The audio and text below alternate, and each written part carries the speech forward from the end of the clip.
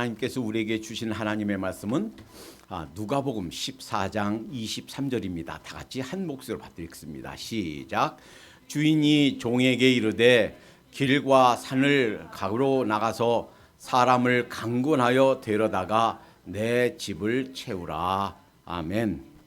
2023년 이 새해에 말씀 듣는 우리 모든 하나님의 백성들, 하나님의 사랑과 평강, 은혜와 또 하나님의 도우심이 넘치는 한 해가 되시기를 축복합니다. 2022년 이민년 호랑이 해가 이제 갔어요. 그리고 계묘년 토끼띠 해입니다. 토끼가 힘은 없지만 아주 번성하고 자손이 많이 퍼지지요. 이렇게 토끼처럼 그렇게 한 해 개인과 가정과 여러분 직장과 사업에 번성하는 한 해가 되시기를 축복합니다. 어떤 사람이 잔치를 배설했어요. 잔치를 거나하게 잘 차렸습니다. 그리고 사람을 초청해요. 유대 사람들은 잔치를 배설하고 초대할 때 두 번 해요. 한 번은 처음에 그 잔치를 계획할 때 누구 오세요. 어느 날 잔치를 합니다. 그랬다가 이제 막상 잔치가 준비되면 그날 혹은 바로 전날 잔치가 준비됐습니다. 내일 오세요. 오늘 몇 시까지 오세요 하고 두 번째 초청하는 것이 유대인의 관습이에요. 오늘 16절은 첫 번째 초청이었고 17절은 두 번째 초청이에요. 자, 다 초청했습니다. 그런데 문제는 초청 두 번째 초청까지 받고 나서 그 초청받은 사람들의 반응이 문제예요. 자, 이들이 못 오겠다는 겁니다. 자, 잔치는 잔뜩 맛있는 거, 그 산의 진미를 준비해서 잔치를 배설했는데 막상 초대받은 사람들이 그 잔치에 못 오겠다는 거예요. 그래서 왜 못 오는가 봤더니 한 사람은 내 밭을 샀다는 거예요. 밭을 샀다. 사실은요, 밭을 사면 할 일이 많지요. 밭에 사서 내 밭이 경계가 어디까지인가 저 측량도 해서 말뚝도 박아야 되겠고 거기에 돌 있는 거 굴러내야 되고 골라내야 되겠고 거기에 또 다른 것도 오지 않도록 그 돌담도 쌓아야 되겠고 거기다가 저 밭 고랑도 만들어서 거기다 씨도 뿌려야 되겠고 할 일이 많지요. 못 온다 하는 거 다 합당한 이유가 되는 것 같습니다. 또 한 사람은 저는요 소를 샀는데 5결이나 샀어요. 소가 5결이다 그러면 부자예요. 소 한 마리. 예전에는요 시골에서 소 한 마리만 기르면 1년에 한 번씩 새끼만 나면 자식 대학 등록금이 됐어요. 지금은 어떤지 모르겠는데. 그런데 그것도 5결이나 샀으니 부자죠. 이 소를 샀으면 그냥 두면 안 돼요. 우선 소를 길들여야 되겠죠. 소가 먹을 양식도 준비해야 되겠죠. 외양간도 고쳐야 되겠죠. 이 녀석들이 잘 일하나 또 건강한가 어디 큰 병 들었지 않는가 좀 테스트도 해봐야 되겠죠. 할 일이 많아요. 자, 그러니까 이 소를 5개나 산 사람도 그 이유가 아주 정당한 것 같아요. 또 한 사람은 아이고 저는요 장가 들었습니다. 그래서 못 가겠어요. 이 유대 사람들은요 새로 장가 들면 전쟁에서 빼줬어요. 적어도 1년간은 그 새로 장가 들었으니까 섹시하고 같이 있고 섹시 즐겁게 해주고 그 행복한 시간을 좀 그래서 허니문이라고 그러잖아요. 허니문. 그래서 1년 동안 같이 있어야 되니까 못 온다.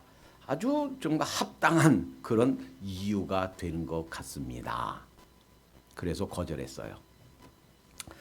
자, 우선 이 주인이 준비한 잔치 대략 크게 3가지 특징이 있어요. 첫째는 준비된 잔치, 준비된 초대다라는 거예요. 하나님께서 여러분과 저를 준비하시고 준비된 잔치에 초대하신 줄로 믿습니다. 이 잔치는 어떤 잔치냐? 우리 모든 죄가 용서받는 잔치예요. 내가 평생 살면서 지은 모든 죄가 흰눈처럼 깨끗하게 용서받는 잔치예요. 또 이 세상에서 무의미하고 이 세상에서 정말 허무한 이 세상 삶에서 참된 행복, 참된 평강, 참된 기쁨이 무엇인가 누릴 수 있는 그런 풍성한 삶이 준비된 삶이에요. 그런 잔치예요. 예수님께서 뭐라고 그랬나요? 내가 주는 물을 마시는 자는 다시 목마르지 않겠다. 뭐 육신적인 물리적인 물이 아니고 삶에 있어서의 갈증, 삶에 있어서 뭔가 부족하다고 느끼는 것, 삶에 있어서의 갈증을 다시 느끼지 않는, 예수님이 주신 물을 마시면 다시는 가라지 않는 그런 잔치예요. 이 세상에서의 축복만이 아니라 우리가 이 세상 끝나고 나서 저 세상 가서도 지옥이 아니라 영원한 하나님의 품 천국이 준비되어 있는 그런 잔치입니다. 이 세상에서 누릴 수 있는 최고의 축복, 이 세상에 누릴 수 있는 최고의 그런 즐거움이 준비되어 있는 잔치인 줄로 믿습니다. 21절에서 17절에서 다 준비되었다. 오소서 모든 것이 준비되었다. 하나님께서 우리를 초청하시는 부르시는 잔치는 모든 것이 다 준비된 잔치예요. 이 주님께 오면 이 잔치에 참석하면 우리 인생에 부족한 것이 없습니다. 내가 건강이 좀 부족해도, 내가 가진 것이 없어도, 내가 아는 것이 좀 다른 사람보다 좀 부족해도 괜찮아요. 왜? 하나님께서 다 준비하신 줄로 믿습니다. 우리의 미래도, 우리의 자식들도, 또 내 건강도, 내 노후 대책도 하나님께서 다 준비하신 그러한 잔치인 줄로 믿습니다. 두 번째, 어떤 잔치냐? 은혜 잔치예요. 이 사람들이 못 오겠다. 두 번째 초청에서도 이런 핑계 저런 핑계 대고 못 오겠다. 그러니까 이번에는 주인이 화가 났어요. 노했어요. 아니 이 많은 것을 잔치, 아니 1년에 한 번 맛볼까 못 볼까 하는 아주 희귀한 맛있는 거 다 배설해 놨는데 안 오겠다니 얼마나 화가 났겠어요. 그래서 얘기합니다. 가난한 자들, 성경에 있는 대로 제가 이전 오래된 번역이라 있는 그대로 읽을게요. 조금 죄송합니다. 가난한 자들과 병신들과 소경들과 저는 자들을 데려오라. 세상에서 못나고 부족하고 약하고 남들보다 조금 뒤처지고 흔히 말하는 프롤레타리아 계층들이에요. 부르주아지 계층이 아니라. 그러니까 다른 사람 때 무시당하고 멸시당하고 밟히고 그럼 다 데려오라는 거예요. 그러니까 이것은 은혜예요. 원래 이런 이제 잔치에 올 자격이 없는 사람들인데 그들에게까지도 잔치에 올 수 있는 자격이 주어진 은혜의 잔치예요.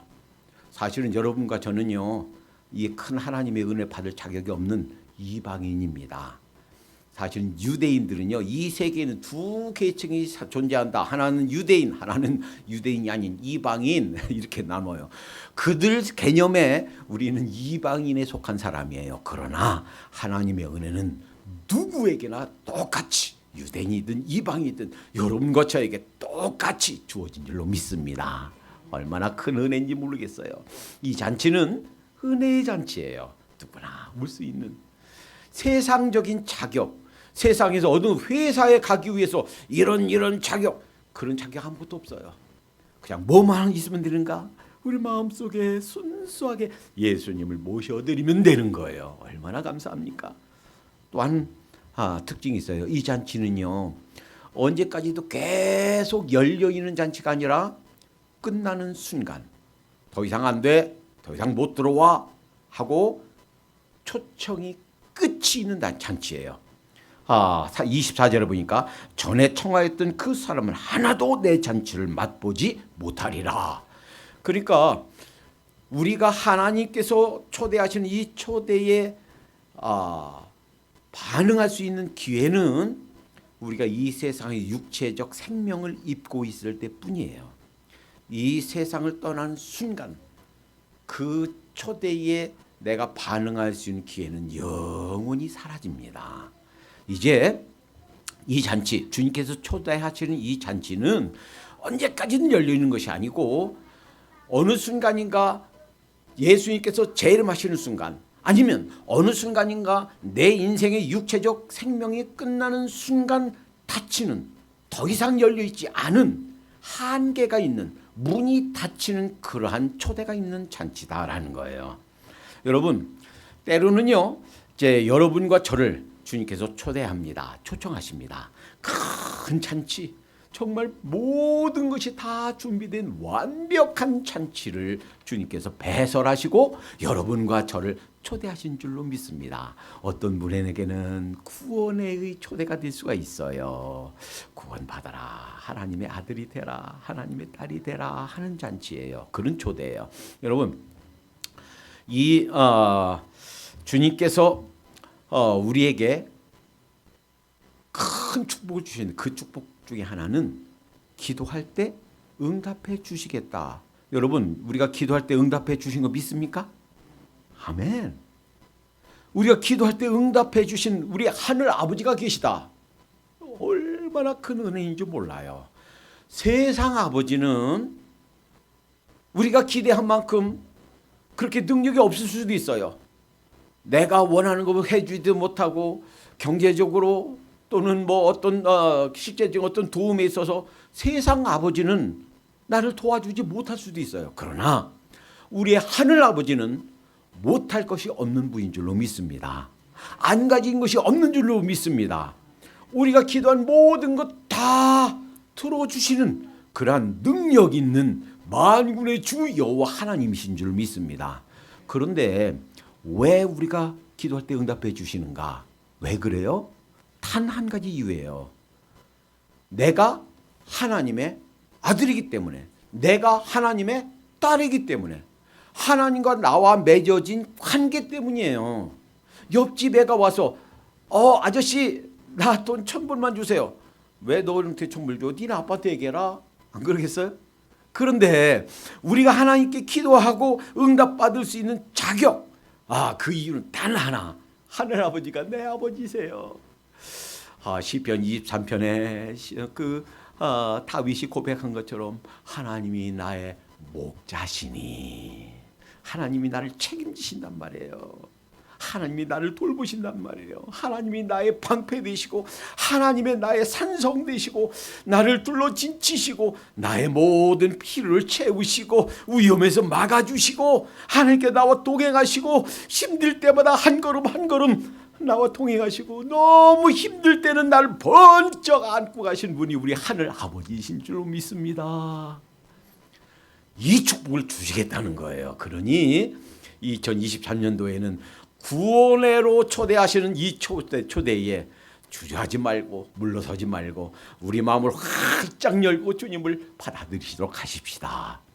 이 모든 하늘 보호와 하늘 축복이 주님과 하나님과 우리와 개인적인 관계가 맺어진 사람에게 주어집니다.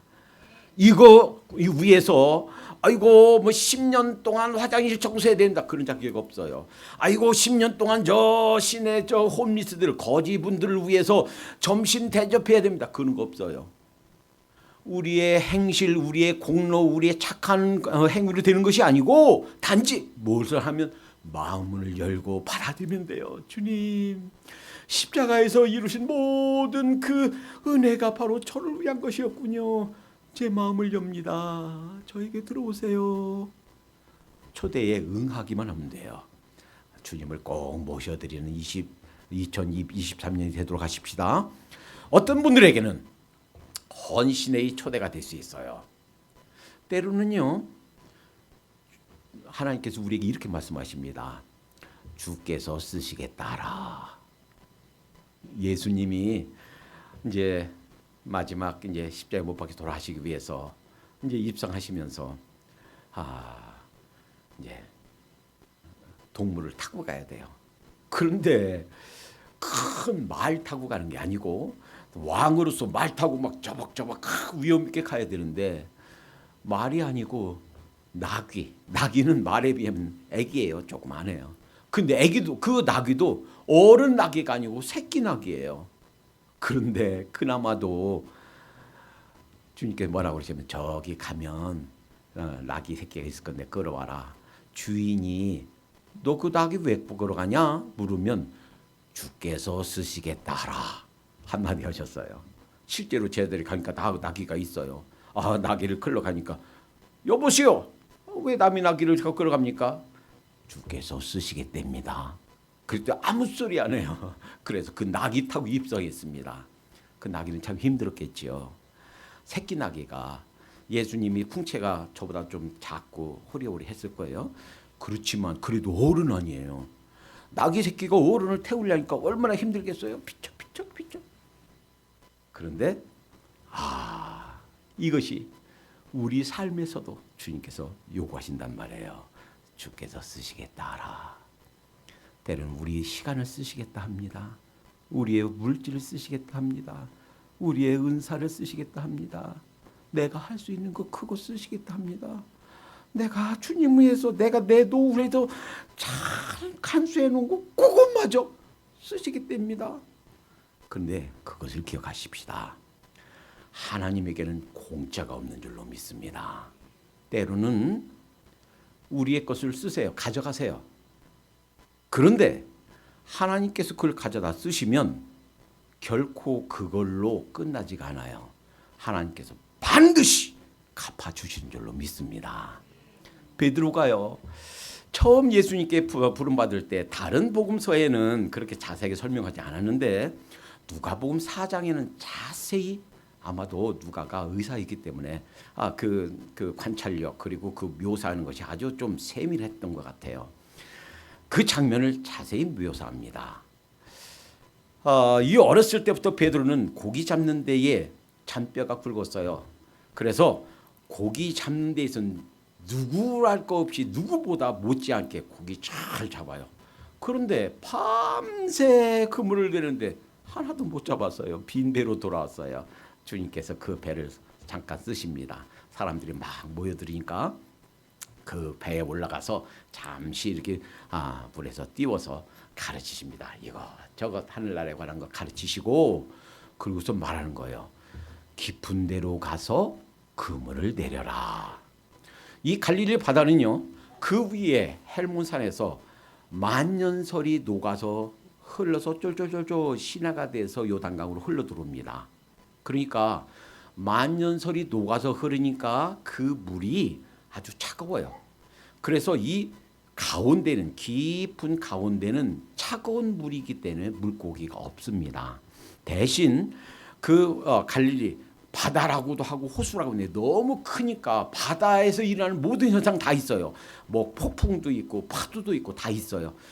그 호숫가의 가에는 물이 얕고 거기에 플랑크톤도 많이 자라고 작은 물고기들도 있고 그 물고기를 잡아먹으려고 큰 물고기들도 있고, 그래서 이 가해가 많아요.